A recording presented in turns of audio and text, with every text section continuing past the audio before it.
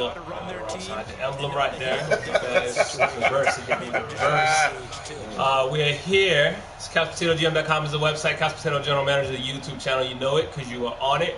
That's my thing. We are here to talk about the New England Patriots going against the Pittsburgh Steelers. It's the matchup of the week. It's the sexiest game of the week. It ain't the sexiest game of the week because neither one of these teams are my team, so it ain't sexy. It's actually lame. But we go on with the matchup. We go with the matchup of the week. Was lame, man? Nah, they're not lame. We talk about Super Bowl champs. We talk about a team that's, you know, for the most part in the playoffs every year, with the exception of last year. Let's start there, man. Let's start where, you know, let's start with the Steelers left off, man. Since they didn't make the playoffs, let's talk about the Steelers and what happened, man. Why didn't they make the playoffs? What went on, man? I know that the Ravens was the team that got in over them. But what happened? It was a lot of noise in Pittsburgh, man. You got the AB noise. Le'Veon didn't show up, man. James Conner, he did his thing, but you know Le'Veon wasn't there either. You know the Steelers, they've had an issue defensively for a couple seasons now, man. Especially the second and third levels of their defense. They get picked apart. But things has changed now. You know, they brought in a guy named Devin. No? One of the Devin Bush, man, to solidify the second level of their defense. And the secondary still an issue. They drafted Justin Lane to try to... He's not ready yet. Artie Burns has been inconsistent. They brought in Steven Nelson from the Chiefs. So the secondary is a big question mark right now for the Steelers. But last season, Baltimore got hot, man. Lamar got hot with those guys that was running the football, and the Steelers just missed the playoffs. All right, man. Let's talk about the New England Patriots, man. I mean, is there anything else to say? They got 6 rings, 5 rings? How many? It's more than a handful, right? 6? 6. It's a lot, bro. Brady. GOAT. Gronk, he's there. He's not there anymore. But we can talk about the architects and what's his name? Belichick. That's his name. Belichick. I heard somebody say that. Nah, I seen it a couple. I said it a couple times. I seen it. Not gonna do that. We gonna that's done and over with. Respect them. Yeah, gotta respect me. But you know, we could talk about them going against the Rams and we could talk about the Rams who weren't ready. They weren't ready. You know, they ran into the team that always has a backup plan. They got the A plan, they got the B plan, they got the C plan, they got the D plan, they got the E plan, the F plan. I know we don't have all night, so I'm not gonna go through the entire alphabet, but they always have a plan, and it showed up that Sunday eventually. Yeah, coaching matters, man. Schematically, man, they shut down golf and that Rams offense. We were just watching the tape on it just a while ago, and Belichick speaking on what they did, you know, against certain players and coverages. So, yeah, man, it's just the Patriots are always one step ahead, man, from a preparation standpoint, man, just being in the right position, putting their players in the right position. So that's why they're there every year, man. There's nothing much you can say about the Patriots. They're going to be prepared again, but what we always say about the Patriots, man, you got to get them early. This is the first game of the season in this matchup. You know, they usually lose the first game. I won't say usually, but last couple seasons they've lost the first game of the year. So, you know, the Steelers are in a prime spot to get an upset, man. All right, man. Let's talk about the individual matchups. We can start with the quarterback. We can start with the Ben Roethlisberger. We can start with the Tom Brady. You know, when you talk about a Tom Brady, you're talking about cerebral. You're talking about a guy who, the older he gets, is the better he looks. I don't know if he's drinking that kale juice or the avocado juice or ice cream or what is it? I don't know what he's doing. TB12? Is that what it's called? Something. Yeah, he just continues to just get better, man. He's like a fine wine out there. You know, you gotta put it in a cup and you do one of these and you do one of the red wine. I don't, that's, I see people doing it. I don't do it. I'm not, I'm Stella. That's my thing. No, I do a little bit of wine. Shout out to Stella. Shout out to Stella. I do my $5 wine. You know, if you can't find it, let me know. Hit me down in the comment section. I got you. I'll tell you where to get it. But talking about a Tom Brady, I mean, is there anything else to say about the guy? I don't. Yeah, this guy Brady, he's the GOAT. But what has allowed him to play, other than his workout regimen, everything is the game has changed, man. You know, it's an offensive game. The rules are set up and designed to help the offense out. So a lot of times Brady's just in the pocket, untouched. You know what I'm saying? He has a quick release. He gets the ball out pre-snaps. He knows where he wants to go. So it's just very easy for Brady, man. I'd like to see Brady getting some pressure on him in this game, man. See how he reacts to that pressure.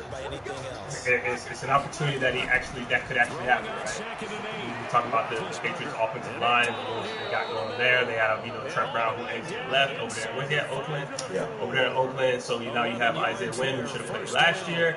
We were very high on him. We call him the tactician. He's all of that. So I don't know that I'm going to see a slip in terms of that, but the piece that CPGM Juice likes to call the pivot, the guy in the middle, the guy in charge, the guy pointing out the middle linebacker.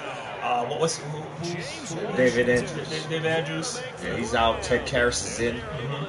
But I'm sure he's coached up well also. But you got to test him, man. Send some stunts in there. You got some big physical defensive linemen, man. You got Cam Hayward out there. You got Javon Hargrave. So, these guys are big, physical, and they can get to the quarterback also. Make it interesting in the A gap. Yeah. Chris Boswell now for the extra point. Karras is a veteran, but at the same time, he's not the guy. There's a reason why Andrews is the starter. So and he'll put it through to make it 7. Figure out where his head is at, in the first week of the season. All right, man. Let's move to the Patriots running backs, man. Let's talk about the matchup there with the running backs versus I guess we could talk about the Steelers linebackers. Yeah. Because that's gonna be a thing, man. Because like you stated earlier, with Devin Bush entering into this Steeler linebacking core. Second level linebacking core is something they've been missing in terms of speed, in terms of a guy who can take charge since the Ryan Shazier. We can speak to that, but this is a guy who's stepping in, and I believe he's going to have a huge season. This is a defensive rookie of the year candidate, and I might ride him all the way, put a little change, little coin down on him as being defensive rookie of the year. But you're talking about a Devin White, you're talking about a Sony Michel, Rex Burkhead. What are your thoughts? What's the fullback they use? Devlin? Yeah, but James Devlin. I want to see that James White, Devin Bush matchup. The Patriots, they like to throw the ball to the backside of the backfield. So, James White, he's a guy that you've got to have eyes on. It's Edelman and James White. Have your eyes on those two guys because Brady loves to hit those guys quickly in the passing game. So I want to see Devin Bush have, he has that speed to run around with James White, man. So that's a matchup that I'm looking forward to seeing in this game.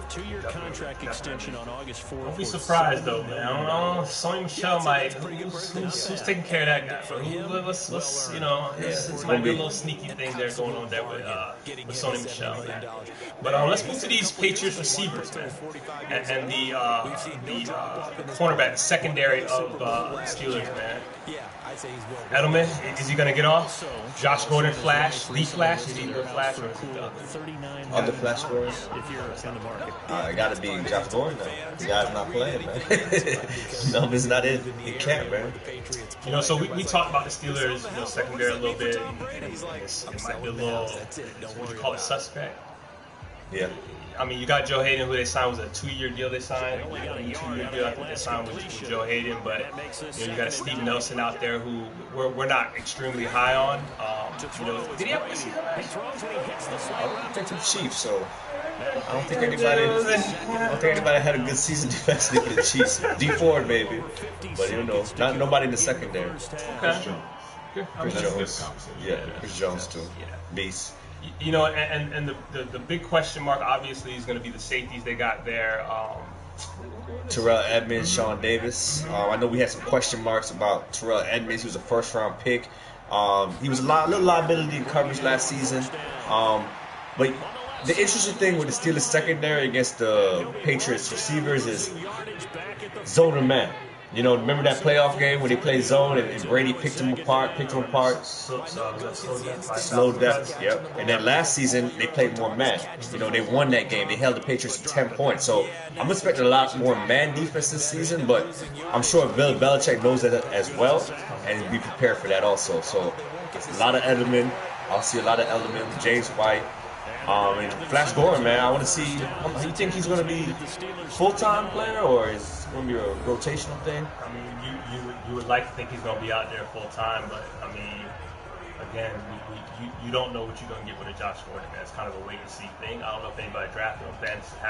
#fantasy alert. I did not draft him, but that's something that's kind of a wait and see thing. We'll have to wait on that. And you got Jacoby Myers, Philip Dorsett. You got some other guys too that can become X factors in this game. Also, if the Steelers decide to put a lot of coverage Edelman's way.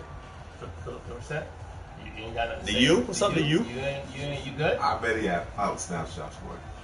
Philip Dorsett outside. Okay, fantasy alert. In this first game. Yeah, I know what you You mean. know what I mean? The whole reinstatement situation with Josh Gordon. I imagine the guys who are most familiar with the playbook, have the reps with Brady, who's been getting the reps, because that's so important.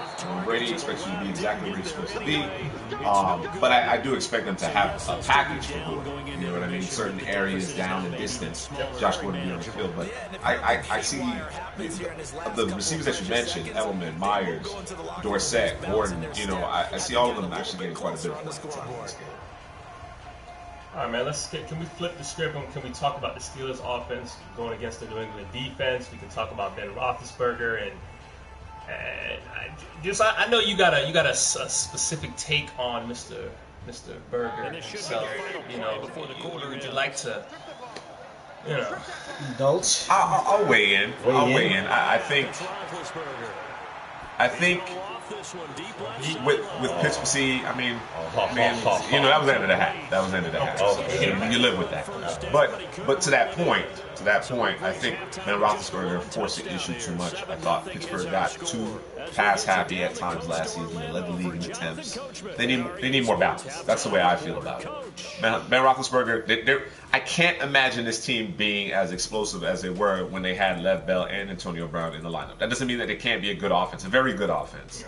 But I just can't imagine that they're going to be that potent.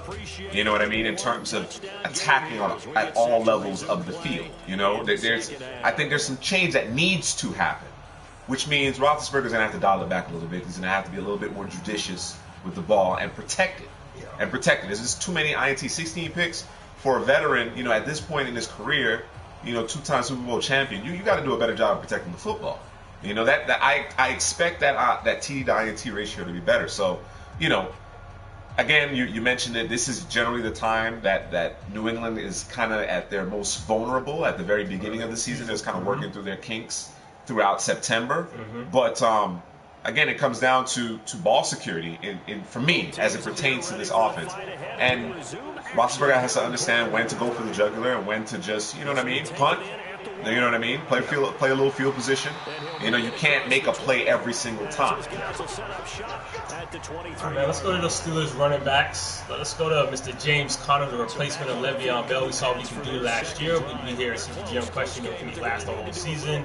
But Jalen Samuels behind him.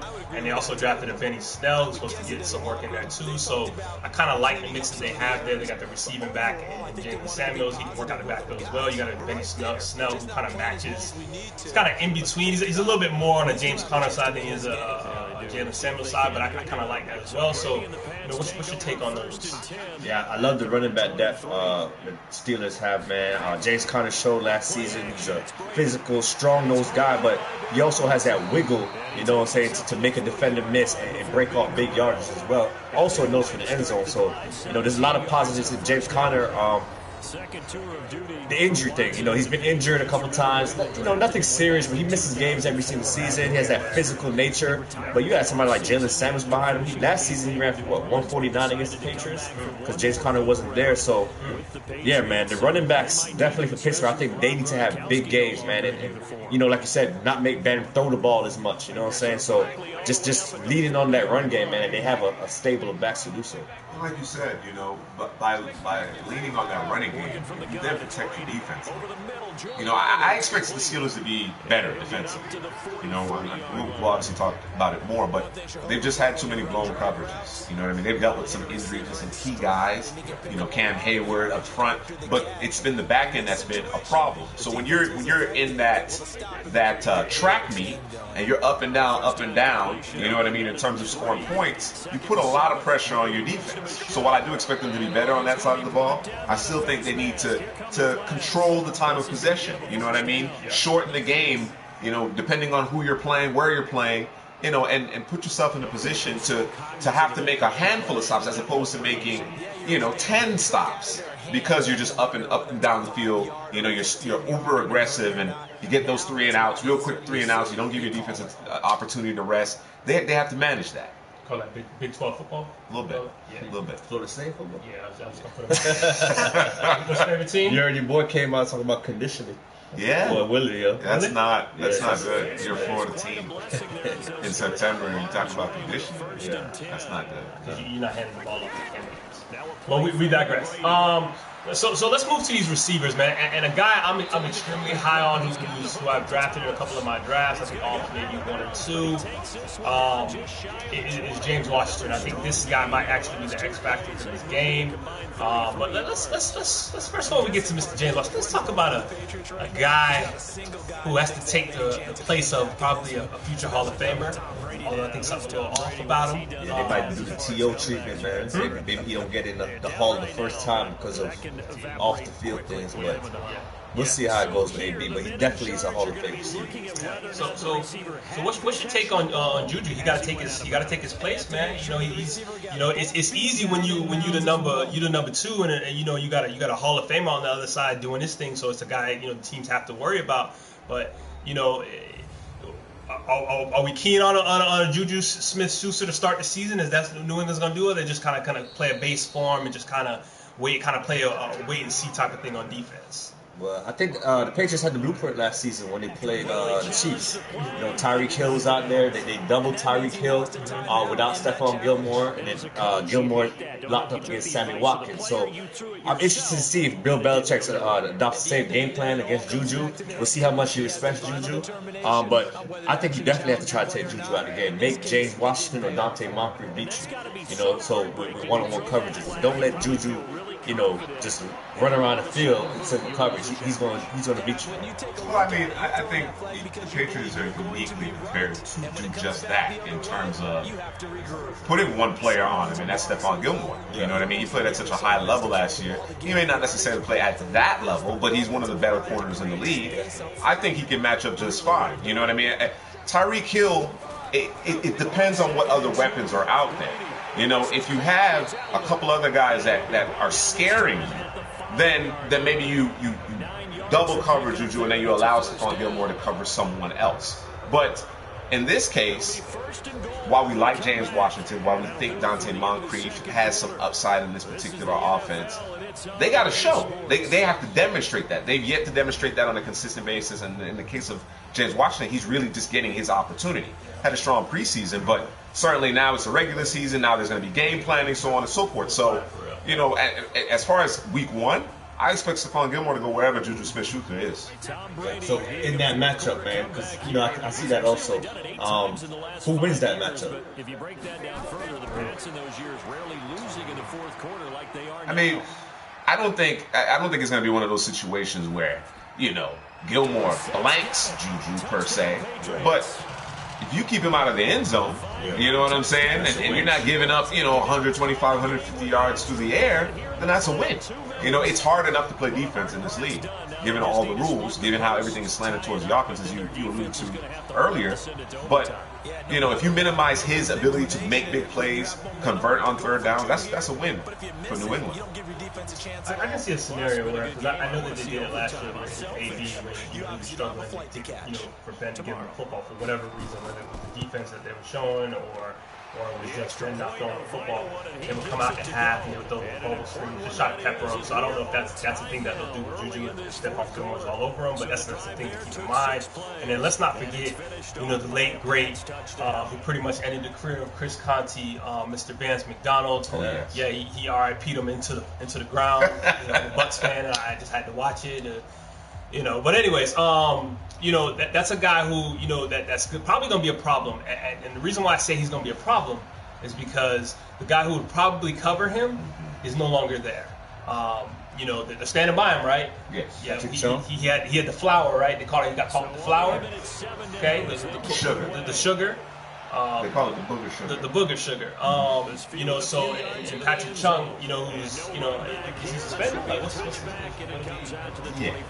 just call it suspended. I'll leave that alone. But I'm just trying to wonder who's going to cover Vance McDonald. Who's going to be the guy to cover it? Because he's supposed to emerge this year. He's supposed to bust out this year. So Are we talking about what's his Harmon? Yeah, Harmon. He's probably gonna see the field a lot.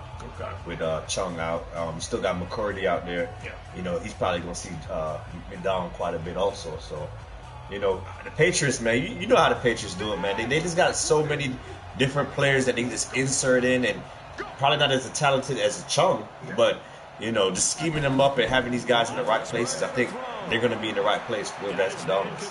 Speaking of Vance McDonald's. I thought that was a missed opportunity. Going back to the Super Bowl, I thought that was a missed opportunity. It wasn't a big part of the Rams' offense, but given that you anticipate with a couple of weeks to prepare, Bill Belichick is going to make you play left. All right, one of the areas that I thought that New England could be attacked was the tight end position with Tyler Higbee and Gerald Everett. I thought they had a decided advantage, and certainly using the running backs out of the backfield. So, of course, you had the issue with Todd Gurley's knee, so it was a little limited there. But for them not to use the tight end at all was surprising to me. I thought McVay would have kind of been out ahead of that a little bit. I think for certain Vance McDonald will be a difference maker in this game. Whether it's enough to get them over the top, that's a different question. But he creates a problem. His athleticism and size creates a problem. Without Chung, it's going to be a tall order for whomever they're putting in that particular position. And the reality is that by no longer having Chung at your disposal, it forces somebody to do something that they typically don't do. Where they may really excel at something else, being in that deep third, being the last line of defense. Now they're in that short to intermediate part of the field with a bigger athletic player that they have to defend, and in some cases one-on-one. Juju drop. Had a step. Oh, man. So let's talk about the Steelers' offensive line. I don't know if there's a whole lot to be said about these guys because they're one of the best. Some people say they are the best. You got anything to say about that? They're not the best. And don't do that.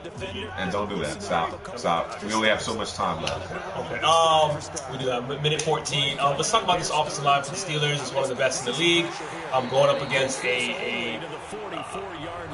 it's not extremely sexy when you talk about the defensive line of the Patriots, but what they do is they do their job. They do what they're asked to do on every play so that people around them can eat. At times, they'll be able to eat, but I mean, it's sometimes I just wonder how do they get it done. But they ask those guys, as they do everyone else on the defense. I mean, it's really not that hard. We know what you do well, and that's what we're going to ask you to do, and they get it done. So, but going up against a Steelers offensive line, I don't know.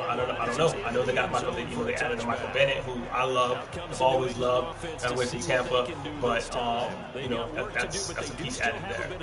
Yeah, Dietrich Weiss, they drafted Chase Winovich. The offensive line in the trenches, man, I like the Steelers in this matchup, and they're going to need those guys, because like we said, they need to run the football against the Patriots. Limit Big Ben's pass attempt. So, Villanueva, DeCastro, Pouncey, and those guys, man, they could take over the game. So I'm looking to see how that matchup goes also. All right, man. I want to ask y'all, man, who's going to win and why? That's what everybody want to know. Who's going to win and why? I can tell you right now, I'm going with the Steelers. I'm going with the Steelers because of James Washington. I'm going with the Steelers because, I believe in a Devin Bush. I believe in the new looks, second level defense of the Steelers. They've been missing that one piece in the middle of the defense. It looks like they've had it. He's lit it up in preseason. He is as advertised. You know what you got. You look at the Michigan film. He showed you who he is and what he is, and that hasn't changed since he's been with the Steelers. And I believe James Washington might get off. And we said it earlier. We're going to say it again. If you're gonna beat New England, you got to get them early, and this is the perfect time for the for the Steelers. Although they are playing in Foxborough, there's gonna be a whole lot of the banners coming out for the Super Bowl and the ring showing and all that. But hey, man, it's let them soak all that in, and you still want to get the hell out of there. Yeah, I think I'm going with the Patriots in this matchup. Like you said, it's the first game of the season. That is the best time to get them. But, I think this... Get 12 for 12. 19 yards to pick up there. Move the chains. Yeah. But, there's ring night. The crowd's going to be in it. Willie McGinnis will be out there, Teddy Bruschi, you know, Ty Law maybe. It's just going to be a homecoming game for the Patriots. So, you know, I had the Patriots in this matchup, and give me Belichick over Tomlin, man, any day, man. So that's usually reducing all the way down to that. That's what it comes down to. Belichick over Tomlin. I mean, Belichick versus anybody. That's exactly. Wasn't it a few years ago that I think it was at Foxborough that the communication and the helmets weren't working, and the walkie-talkies or whatever started going awry and stuff. That's the Patriot way, man. I'm not suggesting that's what's going to happen this time around, but I'm going with New England too because they're at home. I agree with you, Drew, that this is generally the best time to you know, put an L on that record for New England. We've seen it time and time again that they just kind of work through their kinks, get everything kind of going throughout the first few weeks of the season, and by, you know, last week of September, early October, they're in rare form. But considering, again, coming off the Super Bowl win, I really think New England's defense is underappreciated because they don't necessarily have the overwhelming stars per se. And Pittsburgh, while I think in the long run it may actually work out for them, they're going through a bit of a transition, and they're counting on some guys who haven't necessarily had a significant role to step up. So, and then again, when you boil it down, as much as I like Mike Tomlin, I mean, Bill Belichick's the best doing it. It's proven. I don't think there's any debate about it. You know what I mean? And at the end of the day, I'm going to lean towards Brady as well. So I like New England this game, but I think it comes down to a turnover. And as I mentioned before, Ben Roethlisberger has some gunslinger mentality in him. And I also anticipate New England typically will be where they're supposed to be defensively, whereas Pittsburgh, over the last few years, they've had just too many breakdowns in coverage. I think they simplify it with man, but there may be a time where they just get caught in that zone, they try to mix it up a little bit, and there you go. There's 6 points. There's the difference in the game. There's a big third down conversion that puts them in range for Gostkowski to come out and kick the game winner. I think it'll be a close game. I think it'll come down to the waning moments of the game, but I do think New England pulls it off. All right, man. Let us know what you think and where, who's going to win this matchup and why. Give us y'all's keys to the game. CouchPotatoGM.com is the website. Couch Potato General Manager YouTube channel. You know it because you are on it. That is the matchup of the week, people. You don't want to watch any of this one? I mean, Steelers got the ball, bro. They're going to win. Yeah? Yeah, you wasn't listening when I was talking, so I'm telling you, it's a win. This is how it's going down, huh? Yeah, they're going to win it OT? OT? Hey, man, whatever it takes, bro. I don't know if it'll be this low scoring, but... Yeah. We adjusted the time a little bit. We'll see. You never know. First game of the season. See what you saying, Ben? Five receivers. They're coming with the heat. They left it out. Zone blitz. They read it well. That's McDonald. Got a kicker ready, man. About the kicking game. They be talking about the kicking game. Chris Boswell versus Gostkowski. Special team. Third phase of the game. They're good kickers, but who wins the third phase, man? Come on, bro. Patriots. Nah, bro. Just right. When you talk about attention to detail, and again, Gostkowski's track record versus the kicking, pendulum woes or whatever you want to call it for Pittsburgh, I'm going with those guys. Almost a field goal. You see the red line, right? Connor did that thing he used to do at Pittsburgh when he was in college, running to the back of the lineman. But to your point, Headley, he has some underrated feet. He's not the battering ram. He's not just a battering ram anymore. You know what I mean? Yeah, catch out of the backfield too. He's gonna keep making runs like that. I feel the press box shaking every time he touches the rock. Yeah, we got Chung out there, man. See Chung? He ain't gonna be out there. All right. So do you kick the field goal now? Nah. So here's a first. One more play out of bounds. 38. They're not quite in range here. Yeah, they gotta get one more sideline. Right back to running it. first. No timeouts. Run out. They gotta spike it. Time, bro. Big Ben look like he chilling. He look like he chilling. He look like he chilling, What's bro. going on, dude? No timeouts. You a veteran, man. Game ending the tie. You wanna predict that? You put some money on the tie. And we're still not done. We'll switch sides and need at least one more OT All right, to man. decide it. Till next time, CouchPotatoGM.com. You know what you're doing? Nah. Just pressing buttons. Press the buttons, bro. It's all good.